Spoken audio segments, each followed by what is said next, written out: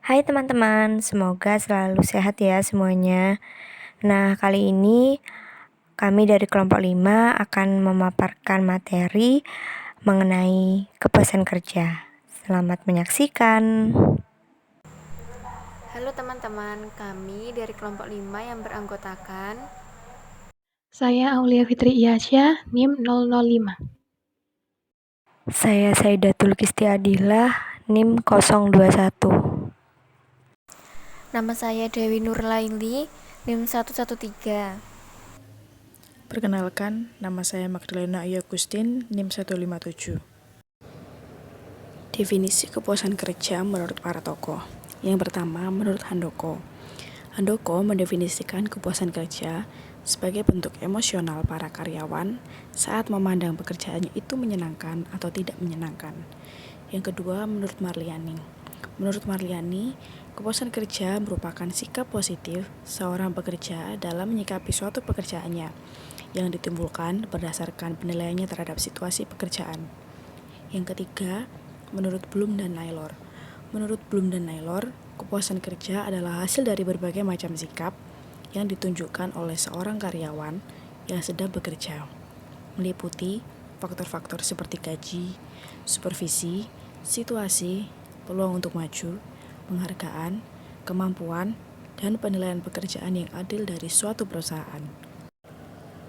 Dari definisi-definisi yang ada, kami memilih definisi oleh Bloom dan Naylor yang menyatakan bahwa kepuasan kerja adalah hasil dari berbagai macam sikap yang ditunjukkan oleh seorang karyawan yang sedang bekerja, meliputi faktor-faktor seperti gaji, supervisi, situasi, peluang untuk maju, penghargaan, kemampuan, dan penilaian pekerjaan yang adil dari suatu perusahaan. Selanjutnya ada teori kepuasan kerja. Di sini kelompok kami akan menjelaskan 3 teori mengenai kepuasan kerja, yaitu teori ketidaksesuaian atau diskrepansi teori, teori model dari kepuasan bidang atau bagian atau facet satisfaction, dan teori proses bertentangan atau opponent process teori. Nah, yang pertama yaitu teori ketidaksesuaian atau diskrepansi teori. Menurut Locke, teori ketidaksesuaian ini mengungkapkan bahwa kepuasan atau ketidakpuasan itu dari beberapa aspek pekerjaan yang menggunakan dasar pertimbangan dua nilai, yaitu ketidaksesuaian antara apa yang dipersepsikan dengan apa yang diterima, serta pentingnya pekerjaan yang diinginkan oleh individu tersebut. Nah, contoh dari poin pertama ini adalah ketika seseorang itu mendapatkan kepuasan yang lebih tinggi atau lebih puas daripada apa yang dia persepsikan, maka itu disebut diskrepansi positif. Tetapi seseorang tersebut akan merasa lebih puas. Sedangkan jika seseorang tersebut menerima gaji atau hasil yang kurang dari apa yang telah ia persepsikan, maka itu akan menyebabkan diskrepansi negatif dan akan menyebabkan ketidakpuasan pada diri karyawan tersebut. Selanjutnya pada poin kedua itu yaitu pentingnya pekerjaan yang diinginkan oleh individu. Contohnya ketika ada tambahan waktu libur, bagi seseorang itu akan menunjang kepuasan kerja, tetapi bagi orang yang lain yang lebih mementingkan pekerjaannya dan merasa pekerjaannya itu sangat ia inginkan, maka ia tidak dapat menikmati waktu luang tersebut, seperti halnya seseorang yang kecanduan kerja atau yang biasa kita sebut sebagai workaholic. Selanjutnya ada teori model dari kepuasan bidang atau bagian atau yang disebut sebagai facet satisfaction. Nah, kepuasan bidang menurut model Lawler ini mempunyai kaitan erat dengan teori keadilan Adam. Model Lawler mengatakan bahwa individu akan merasa puas terhadap bidang tertentu dari pekerjaan mereka. Contohnya seperti hubungan antara rekan kerja, atasan, dan bawahan, serta pendapatan atau gaji. Menurut Lawler, kepuasan seseorang itu sangat bergantung terhadap apa yang mereka persepsikan dengan apa yang mereka terima, dan benar-benar harus sesuai dengan apa yang mereka persepsikan. Perbedaan model ini, teori ini dengan teori ketidaksesuaian yang sebelumnya itu adalah ketika seseorang telah mempersepsikan dia mendapatkan gaji 1 juta setiap bulannya, dan ketika ia ternyata mendapatkan gaji lebih dari itu, maka dia merasa tidak pantas dengan gaji tersebut. Tetapi jika seseorang itu mendapatkan gaji kurang dari 1 juta setiap bulannya, maka dia akan merasa tidak puas. Nah, jadi di teori ini tuh benar-benar harus sesuai dengan sesuainya. Dia bisa melihat sesuai itu dari perbandingan antara dirinya dengan rekan kerja lain yang sama bidang dalam pekerjaannya. Teori selanjutnya yaitu teori proses bertentangan atau opponen proses teori. Nah, dalam teori proses bertentangan ini, Landy menyatakan bahwa terdapat keseimbangan emosional pada diri seseorang saat seseorang itu memperoleh imbalan atau ganjaran pada pekerjaan mereka. Jadi di sini tuh meskipun seseorang mendapatkan imbalan yang sesuai dengan persepsi mereka, tetapi seseorang tersebut punya keseimbangan emosional antara rasa puas dan rasa tidak puas, antara rasa suka dan rasa tidak suka.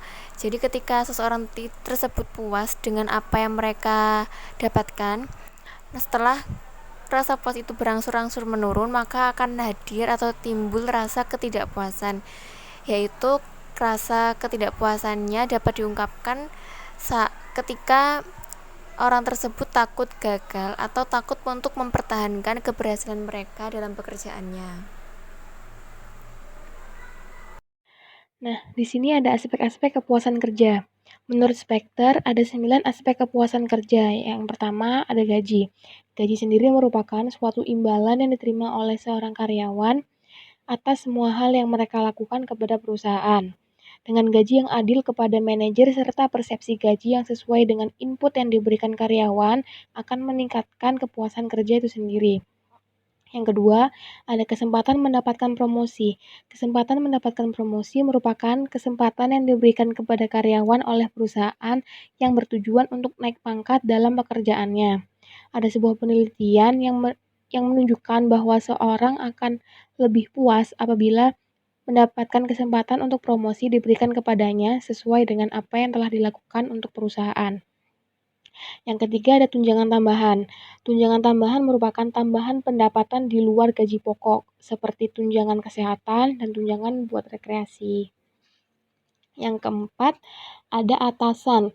Aspek ini tuh mengukur sejauh mana gaya kepemimpinan atasannya. Kepuasan kerja karyawan dapat ditentukan oleh gaya kepemimpinan atasannya. Yang kelima ada penghargaan dari perusahaan. Penghargaan dari perusahaan adalah imbalan yang diberikan oleh perusahaan sebagai tanda penghargaan atas segala sesuatu yang telah karyawan berikan pada perusahaan, yang meliputi bonus tahunan, kenaikan gaji, atau kenaikan pangkat. Yang keenam ada peraturan dan prosedur kerja. Peraturan dan prosedur kerja berkaitan dengan sistem birokrasi tempat karyawan bekerja. Apabila perusahaan mempunyai peraturan yang terlalu rumit, maka karyawan cenderung merasa tidak puas kepada pekerjaannya. Sebaliknya, karyawan akan merasa lebih puas apabila sistem birokrasi perusahaan dinilai mudah dan tidak berbelit-belit. Ketujuh ada rekan kerja. Rekan kerja merupakan orang-orang yang berada di dalam satu lingkungan kerja dengan karyawan yang bersangkutan. Karyawan dapat mempunyai kepuasan kerja yang tinggi apabila mendapatkan rekan kerja yang mendukung dan menyenangkan. Nomor 8, ada sifat pekerjaan. Dalam pekerjaan yang dimaksud mencakup deskripsi kerja, variasi tugas, peran di dalam pekerjaan, dan jadwal kerja. Karyawan mempunyai kepuasan kerja yang tinggi apabila sifat pekerjaan yang dimiliki sekarang sesuai dengan harapannya. Yang kesembilan, ada komunikasi dalam pekerjaan. Komunikasi dalam pekerjaan adalah pergerakan alur informasi antar karyawan. Apabila komunikasi dalam perusahaan lancar dan tidak mengalami masalah, maka karyawan akan merasa puas terhadap pekerjaannya. Kategori kepuasan kerja. Di sini ada 8 kategori kepuasan kerja. Yang pertama ada pay satisfaction. Mencerminkan perasaan pekerja tentang bayaran mereka, termasuk seberapa banyak mereka berhak mendapatkan yang diperoleh dengan aman dan cukup untuk pengeluaran. Pay satisfaction sendiri didasarkan pada perbandingan antara bayaran yang diinginkan pekerja dengan apa yang mereka terima. Yang kedua, ada promotion satisfaction, mencerminkan perasaan pekerja tentang kebijakan promosi perusahaan dan pelaksanaannya. termasuk apakah promosi sering diberikan, dilakukan dengan jujur, dan berdasar pada kemampuan. Yang ketiga, ada supervision satisfaction, mencerminkan perasaan pekerja tentang atasan mereka, termasuk apakah atasan mereka kompeten, sopan, dan komunikator yang baik. Kebanyakan pekerja mengharapkan atasan membantu mereka mendapatkan apa yang mereka hargai. Yang keempat, ada coworker satisfaction, mencerminkan perasaan pekerja tentang teman rekan kerja mereka, termasuk apakah rekan sekerja mereka cerdas, bertanggung jawab, membantu, menyenangkan, dan menarik. Pekerja mengharapkan rekan sekerjanya akan dapat membantu dalam pekerjaan. Yang kelima, satisfaction with the work itself, mencerminkan perasaan pekerja tentang tugas pekerjaan mereka sebenarnya, termasuk apabila tugasnya menantang, menarik, dihormati, dan memanfaatkan keterampilan penting daripada sifat pekerja yang menjemukan, berulang-ulang, dan tidak nyaman. Yang keenam ada altruism. Altruism merupakan sifat suka membantu orang lain dan menjadi penyebab moral. Sifat ini antara lain ditunjukkan oleh kesediaan orang untuk membantu rekan sekerja ketika sedang menghadapi banyak tugas. Yang ketujuh, ada status. Status menyangkut pretis, mempunyai kekuasaan atas orang lain atau merasa memiliki popularitas. Promosi jabatan di satu sisi menunjukkan peningkatan status, di sisi lainnya akan memberikan kepuasan karena prestasinya dihargai. Yang ke-8, ada environment. Lingkungan menunjukkan perasaan nyaman dan aman. Lingkungan kerja yang baik dapat menciptakan quality of work life di tempat pekerjaan. Oke, selanjutnya kami akan menjelaskan faktor-faktor yang mempengaruhi kepuasan kerja. Nah, kelompok kami mengambil faktor-faktor yang mempengaruhi kepuasan kerja yang diungkapkan oleh Kreitner dan Knitzky pada tahun 2010, di mana Kreitner dan Knitzky mengungkapkan ada 5 faktor. Yang pertama ada pemenuhan kebutuhan atau need fulfillment, ketidaksesuaian, discrepancies, pencapaian nilai, value, attainment, keadilan, equity, dan yang terakhir ada komponen watak atau genetik, dispositional atau genetic komponen, di mana kelima tadi merupakan faktor-faktor yang mempengaruhi kepuasan kerja. Kami akan menjelaskannya satu persatu. Yang pertama ada pemenuhan kebutuhan atau need fulfillment, di mana model ini ditentukan ketika kepuasan seseorang karyawan pada tingkat karakteristik suatu pekerjaan yang dilakukannya, yang memungkinkan karyawan tersebut akhirnya dapat memenuhi kebutuhannya dengan baik. Kemudian yang kedua ada ketidaksesuaian, di mana model ini itu mengusulkan bahwa faktor ini sebenarnya mencerminkan make expectation seorang karyawan. Jadi kepuasan seorang karyawan itu dipengaruhi oleh perbedaan antara hal yang diharapkan karyawan untuk hasil yang diterimanya dari pekerjaan yang dilakukannya itu, seperti upah, kenaikan jabatan, dengan apa yang sebenarnya terjadi. Jadi ketika bayaran yang baik, peluang promosi baik, maka itu juga akan mempengaruhi ketidaksesuaian dari karyawan yang melakukan pekerjaannya. Kemudian yang ketiga ada pencapaian nilai atau value attainment. Maksud dari gagasan ini adalah kepuasan seorang karyawan itu merupakan hasil dari persepsinya sendiri jika pekerjaan tersebut dapat memenuhi nilai-nilai kerja penting karyawan tersebut. Jadi ini tergantung dari nilai-nilai yang dianut oleh setiap individual. Jadi nilai-nilai kerja penting setiap individual itu berbeda-beda. Kemudian yang keempat ada keadilan atau equity, di mana dalam model ini kepuasan seorang karyawan itu diukur dari perasaan diperlakukan adil atau tidaknya pada suatu pekerjaan. Jadi kepuasan merupakan hasil dari persepsi seorang bahwa hasil kerja relatif terhadap masukan lebih menyenangkan dibandingkan dengan hasil atau masukan signifikan yang lainnya. Kemudian yang terakhir ada komponen watak atau genetik yang bisa disebut dengan dispositional atau genetik komponen, di mana sebagian kepuasan kerja pada model ini didasarkan pada sifat personal atau faktor genetik. Maka dari itu ada karyawan yang tetap akan merasa puas dengan berbagai situasi kerja, namun ada beberapa juga karyawan yang selalu merasa tidak puas dengan situasi kerja. Jadi ini tuh tergantung bagaimana seorang individual sebagai karyawan menanggapi berbagai variasi situasi kerja yang terlihat di hadapannya.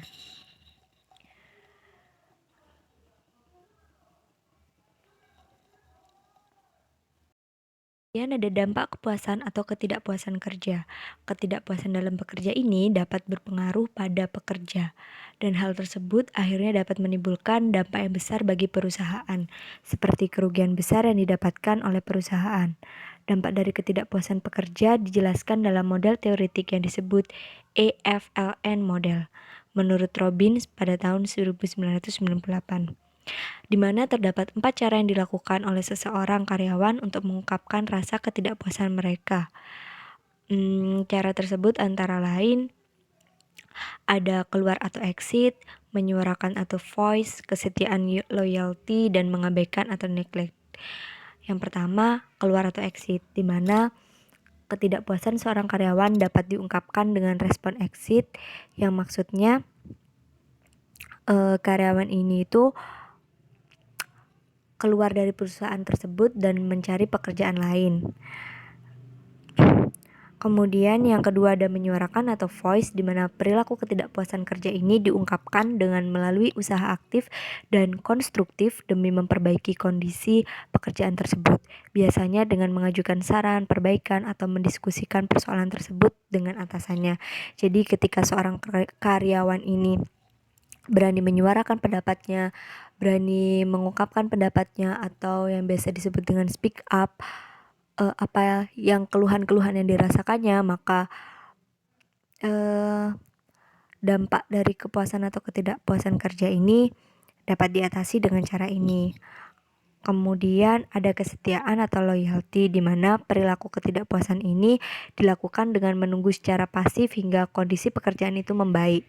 Mereka juga akan membela perusahaan tempat ia bekerja apabila perusahaan itu mendapat kritik dari luar. Dan mereka, para karyawan, percaya bahwa perusahaan dapat memperbaiki kondisi kerja menjadi lebih baik. Jadi ketika kesetiaan ini sudah diterapkan sebagai cara yang dilakukan oleh seorang karyawan untuk mengungkapkan rasa ketidakpuasannya, maka ini adalah salah satu cara yang baik, karena ketika seorang memiliki kesetiaan atau loyalty, maka ia akan menunggu sampai waktu yang kondusif. Kemudian ada mengabaikan atau neglect, di mana ketidakpuasan kerja ini diungkapkan dengan sikap membiarkan kondisi menjadi lebih buruk, termasuk sering tidak masuk kerja, datang terlambat, dan makin membuat banyak kesalahan. Nah, cara ini merupakan salah satu cara yang negatif, karena ketika seseorang lari dari masalah, ketika ia mengalami ketidakpuasan kerja, tidak berani mengungkapkan pendapat dengan menyuarakan pendapat atau speak up, maka cara ini sangat tidak dianjurkan, karena ini merupakan cara yang lari dari masalah dan membiarkan kondisi itu menjadi lebih buruk dan tidak ada niatan untuk memperbaikinya. Kemudian, kerangka tanggapan para pekerja terhadap ketidakpuasan kerja mereka dapat dibedakan menjadi 2 dimensi, yaitu konstruktif dan destruktif, dan aktif pasif. Respon pekerja yang membangun yaitu konstruktif seperti voice dan loyalty, karena perilaku-perilaku tersebut memungkinkan karyawan untuk mentolerir atau menyegarkan situasi yang tidak menyenangkan hingga menjadi situasi semula yang kondusif. Strategi meningkatkan kepuasan kerja. Kepuasan kerja merupakan keadaan emosional karyawan yang menyenangkan maupun yang tidak menyenangkan dalam memandang pekerjaan yang dilakukannya. Peningkatan kepuasan kerja sendiri merupakan salah satu segi dari efektivitas perusahaan, di mana efektivitas dalam suatu organisasi atau perusahaan dapat dicapai dengan maksimal melalui kelancaran proses komunikasi antara pihak dalam perusahaan yang pada akhirnya memperlancar perusahaan tersebut. Nah, dalam meningkatkan kepuasan dan moral kerja karyawan, perusahaan membuat berbagai jenis program yang diimplementasikan yang sebelumnya sudah dirancang dengan baik kemudian dilaksanakan untuk membuat pekerjaan menjadi lebih menarik bagi para karyawannya, sehingga tidak timbul kejenuhan maupun ketidakpuasan, di mana program dilakukan oleh perusahaan untuk meningkatkan kepuasan dari karyawannya itu antara lain seperti menaikkan upah karyawan, memberikan kenaikan jabatan kepada karyawan yang berprestasi, kemudian adanya kepastian kerja, memberikan bonus uang tunai kepada karyawan yang berkinerja baik dalam perusahaan, memberikan kompensasi kepada karyawan, menciptakan lingkungan kerja yang harmonis maupun iklim-iklim yang baik lainnya, serta strategi maupun jenis program yang dapat dirancang dan dilaksanakan memiliki sifat positif bagi karyawan. Nah, selanjutnya ketika kita menghadapi suatu permasalahan di dalam suatu perusahaan, tentunya harus ada cara mengatasi dan bentuk aktivitas apa yang dilakukan agar tercapainya strategi untuk mengatasi semua masalah itu. Yang pertama, ketika ada masalah gaya kepemimpinan atasan misal kurang baik, maka cara mengatasinya kita harus meningkatkan kesadaran serta mempererat ikatan antar karyawan dan pimpinan di dalam perusahaan. Kemudian aktivitas yang dilakukan dapat berupa pelatihan, kegiatan luar ruangan, dan sebagainya. Kemudian ketika karyawan mengalami kurangnya waktu tidur karena tergerus oleh jam kerja yang terlalu berlebihan, maka cara mengatasinya adalah harus melaksanakan jam kerja atau memberlakukan jam kerja sesuai dengan UU Tenaga Kerjaan yang telah diterapkan dan ditetapkan berlaku di Indonesia. Aktivitas yang dilakukannya dapat memberi upah lembur bagi karyawan yang sudah mengerjakan jam kerja di luar jam kerja normal. Kemudian masalah yang dihadapi ketika minimnya upah, tunjangan, dan bonus itu tidak sesuai harapan, maka cara mengatasinya adalah mengganti upah dengan hal lain untuk memotivasi karyawan. Karena kan upah ini juga tergantung dari pendapatan suatu perusahaan. Nah, aktivitas yang dilakukan bisa seperti kegiatan doa bersama untuk saling menguatkan, kemudian ada liburan bersama. Bisa juga ini liburannya dengan mengajak para keluarga. Jadi kan dapat menjalin komunikasi yang baik juga di perusahaan itu, karena faktor-faktor seperti dukungan sosial dan lain-lain itu sangat berpengaruh di kepuasan dan ketidakpuasan kerja dalam kerja ketika seseorang menjalani suatu pekerjaan. Kemudian ketika ada ketidaksesuaian pekerjaan dengan latar pendidikan dari karyawan itu, maka cara mengatasinya adalah melihat dulu latar pendidikan karyawan sebelum merekrut mereka di posisi tertentu. Kemudian ketika sudah melihat latar pendidikan, tentunya harus sejalan dengan menempatkan karyawan dengan tepat sesuai posisinya. Kemudian aktivitas yang dilakukan bisa memberi pelatihan kepada karyawan yang pekerjaannya dan latar pendidikannya berbeda ketika ia sudah terlanjur ditempatkan di suatu posisi yang tidak sesuai dengan latar belakang pendidikan. Kemudian ketika seorang karyawan tidak mendapatkan work-life balance atau keseimbangan pekerjaan dan urusan pribadi, maka cara mengatasinya bisa dengan memberi jadwal kerja yang fleksibel, mengontrol pekerjaan dan kegiatan sehari-harinya. Kemudian aktivitas yang dilakukan, jadwal kerja yang teratur, di mana jadwal kerja ini harus sudah disepakati oleh kedua belah pihak, baik oleh pimpinan maupun karyawannya. Nah, selanjutnya ketika menghadapi masalah adanya kurangnya apresiasi, cara mengatasinya tentunya dengan memberikan semangat, memberikan waktu kerja yang wajar, dan mengizinkan karyawan untuk memiliki kerja sampingan. Aktivitas yang dilakukan bisa dengan memberikan workshop dan motivasi, memberikan penghargaan ketika karyawan itu sudah melakukan pekerjaannya dengan baik di perusahaan, kemudian memberikan bonus kepada karyawan, memberikan tunjangan, mengikut sertakan karyawan dalam pengambilan keputusan-keputusan penting, dan lain sebagainya yang bisa menganggap bahwa karyawan itu keberadaannya itu dianggap di suatu perusahaan. Kemudian ketika ada masalah fasilitas perusahaan yang kurang memadai, maka cara mengatasinya bisa menerima dengan baik respon atas pengajuan keluhan-keluhan karyawan mengenai fasilitas yang ada di perusahaan. Aktivitas yang dapat dilakukan, perusahaan menyediakan fasilitas tambahan yang nyaman bagi karyawan untuk menunjang rasa kepuasan kerja agar karyawan itu semakin enjoy untuk menjalani pekerjaannya. Nah, setelah ada penjelasan dan pemaparan materi terkait kepuasan kerja, kelompok kami juga tidak lupa untuk membahas isu-isu terkini terkait kepuasan kerja. Yang pertama, ada rumah jauh dari kantor, karyawan harus dapat tambahan. Isu ini terdapat dalam salah satu artikel berita yang dimuat oleh Okezone, di mana dalam salah satu artikel beritanya menjelaskan bahwa perjalanan ke kantor sangatlah mempengaruhi kinerja. Jauh dekatnya lokasi rumah menuju ke tempat pekerjaan akan menjadi salah satu faktor yang mempengaruhi kinerja. Bagi kaum urban yang harus bekerja ke kota, pastinya ada keluhan-keluhan terkait jarak, kemacetan, dan kepadatan transportasi. Sebuah penelitian yang dilakukan oleh salah satu tim dari University of the West of England menemukan adanya hubungan antara waktu yang dihabiskan seseorang yang akan bekerja yang sedang menempuh perjalanan dengan seberapa puasnya dia ada di tempat kerjanya. Menurut penelitian yang dilakukan oleh tim tersebut, setiap menit waktu perjalanan bertambah dapat mengurangi kepuasan kerja dan juga waktu luang. Dalam riset tersebut menjelaskan, meskipun bukan merupakan kepuasan hidup secara keseluruhan dan juga hal yang merupakan pemicu peningkatan ketegangan serta memperburuk kesehatan mental bagi para pekerja, dalam riset tersebut juga menyatakan jika seseorang bekerja dan dengan tambahan waktu 20 menit digunakan untuk melakukan perjalanan, pastinya pekerja tersebut akan dihantui pemotongan gaji hingga 19% karena bisa terlambat. Oleh karena itu, dengan tujuan memuaskan para pekerja jarak jauh, maka perlu adanya tambahan gaji hingga 19%. Selain riset tersebut, ada juga riset lain yang membahas hal serupa. Berdasarkan laporan dari Harvard Business, ketika Ford Motor mensurvei 5.500 orang di 6 kota di Eropa, beberapa orang menilai perjalanan pekerja komuter atau jarak jauh membuat stres daripada mengerjakan pekerjaannya. Ini merupakan menurut beberapa responden.